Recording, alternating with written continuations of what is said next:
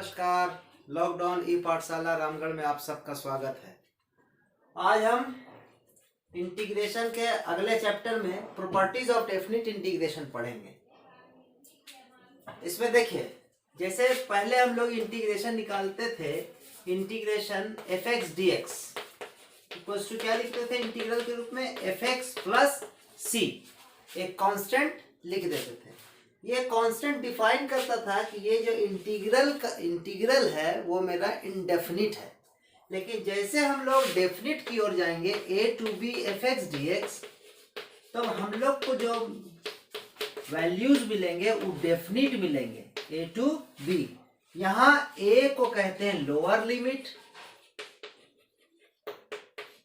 और बी को कहते हैं upper limit.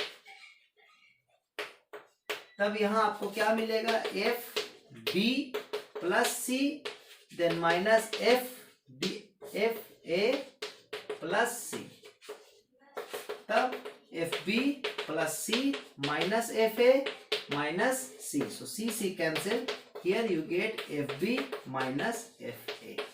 So this is the value of integration a to b fx and fx dx. So integration of a to b fx dx equal to what? The value is fb minus fa. तो ये असल में क्या है, आप देखिए, कोई एक कर्व है, मान लीजिए y equal to f x is a curve. तो इस कर्व में अगर दो लिमिटिंग वैल्यूज लेंगे, सपोज कीजिए x equals to a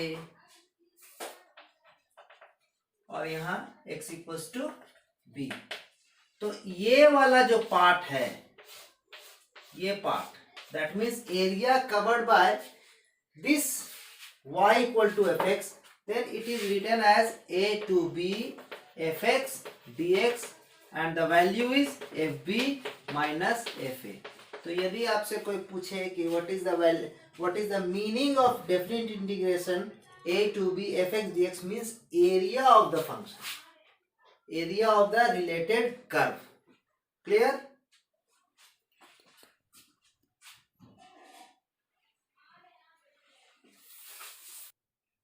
Theorem number 1. Theorem number 1 is defined as a to b fx dx. It can be written as a to b ft dt. कोई भी function है, x के जगह t है, z है, k है, m है, कोई भी फंक्शन होगा, तो both the integral value are the same, because we know that a to b fx dx we can write it fb minus fa. Again integration a to b ft dt, it is also written as fb minus fa. So we can say that a to b fx dx is same as integration a to b ft dt or fz dz, all are same. This is theorem number 1. Clear? Theorem number 2, if we write a to b fx dx, so theorem number 2 is defined as a to b fx dx is same as minus b to a fx dx, है ना। इसको prove करने के लिए क्या करेंगे, since we know that a to b fx dx is fb minus fa. So fb minus fa, हम क्या करेंगे, माइनस कॉमन ले लेंगे, यहां पर आप लिखेंगे fa minus fb. सो फिर से देख लीजिए, fa minus fb, fb minus fa means fx dx a to b, तो fa minus fb means what, b to a fx dx, integration a to b fx dx. When the value limiting value change, the function the values of the integration is minus sign only. Clear? 3, a to b fx dx can be written as a to c fx dx plus c to b fx dx. Same है,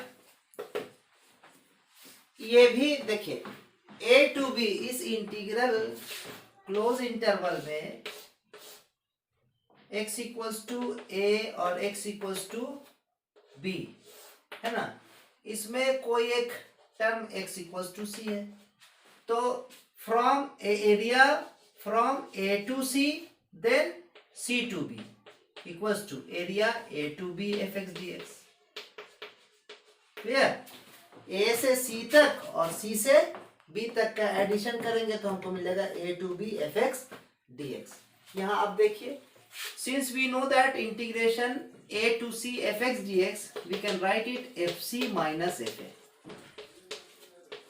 plus, and this one we can also write fb minus fc. When we break the bracket, we get fc minus fa plus fb minus fc. Cancellation of c, we get fb minus fa. It means that integration a to b fx dx. So we can write a to b fx dx equal to a to c fx dx plus c to b fx dx. इस तरह आप generalise भी कर सकते हैं, तीन term एक term और बढ़ा सकते हैं, दो टर्म और बढ़ा सकते हैं, तीन टर्म बढ़ा सकते हैं, nth ऑर्डर तक भी आप टर्म्स बढ़ा सकते हैं। तो इन जनरलाइजेशन जब इसका करेंगे तो हम लोग a to c1 C1 to C2, C2 to C3, C3 to C4 up to Cn minus 1 to Cn fx dx plus then Cn and d fx dx we can write. Okay. Here the generalization of theorem number 3. So, a to b fx dx, a to c1 कीजिएगा तो मिलेगा a f c one minus F a, फिर यहाँ देखिए f x D x, तो f c two minus f c one cancel हो जाएगा, c one वाला पार्ट, यहाँ से सी टू वाला पार्ट कैंसिल होगा, सी थ्री पार्ट कैंसिल होगा, यहाँ से सी एन पार्ट कैंसिल होगा, तो आपको फिर से मिलेगा A to B F x D X. So we can write A to B F x D X generalize form में अगर लिखना चाहें तो a to c1, c1 to c2, c2 to c3, then up to cn minus 1 to cn, then cn to b, where c1, c2, c3 all are in between a to b. Okay. Now theorem number 4. If fx is a continuous function defined on 0 and a, then 0 to a fx dx is written as 0 to a fa minus x dx. देखिए इसको proof कैसे करेंगे। Late मान लेंगे a minus x equals to z. So by differentiation we get minus dx equals to dz. So dx equals to minus dz. अब if x equals to upper limit I am writing a, x equals to a, तो जब x equals to a लिखिएगा तो z का value कितना होगा, a minus a equals to 0। फिर देखिए again and x equals to our lower limit 0, so z equals to a minus 0 equals to a.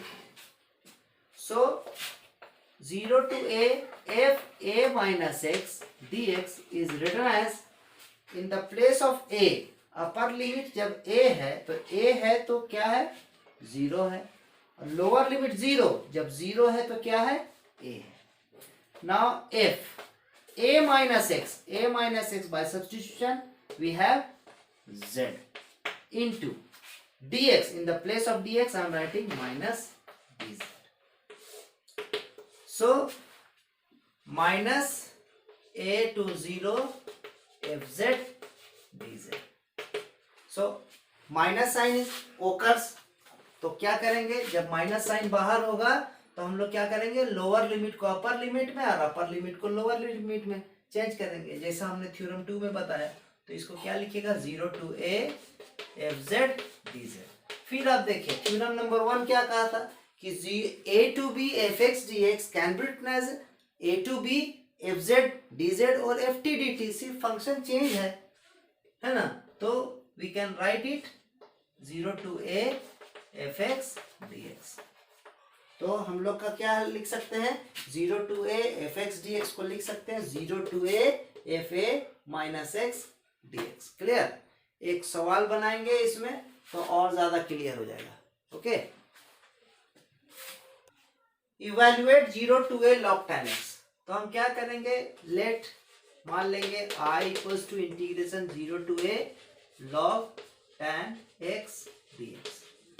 Question number 1, इसको फिर उसके जैसा चेंज करेंगे, log a minus x। So tan, sorry, in the place of a I am writing pi by 2। okay, this is the question, pi by 2। so pi by 2 minus x dx। since we have a theorem 0 to a fx dx equals to 0 to a f a minus x dx। so 0 to a log tan pi by 2 minus x means cot x dx। clear? so this is number 2।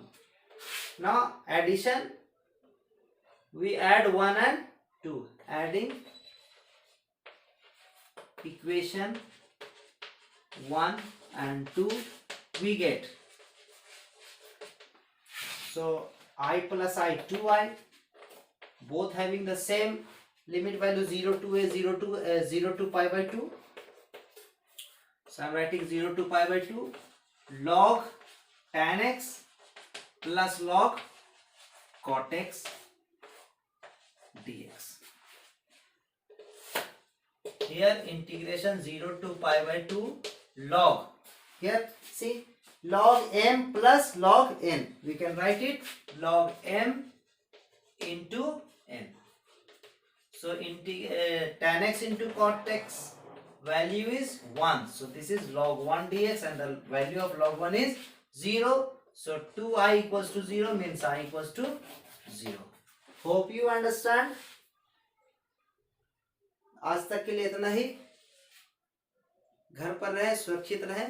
धन्यवाद।